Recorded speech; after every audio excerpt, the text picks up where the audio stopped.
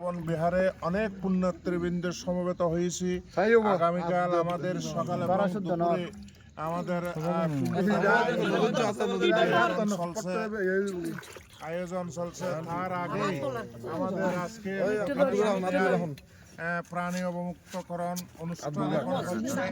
প্রাণী অবমুক্তের মধ্যে কচ্ছপ আছে এবং পৃথিবীর সবচাইতে শান্ত প্রাণী শামুক আছেন এবং শিং মাছ আছে। এই প্রাণীগুলো আমরা অবমুক্ত করে আমাদের এই পিণ্ডদানে যারা যারা সহযোগিতা করেছেন প্রত্যেকের সুখ শান্তি কামনা করে আমরা এখন প্রার্থনা করছি, জগতের সকল প্রাণী সুখী হোক। বাবা শান্তি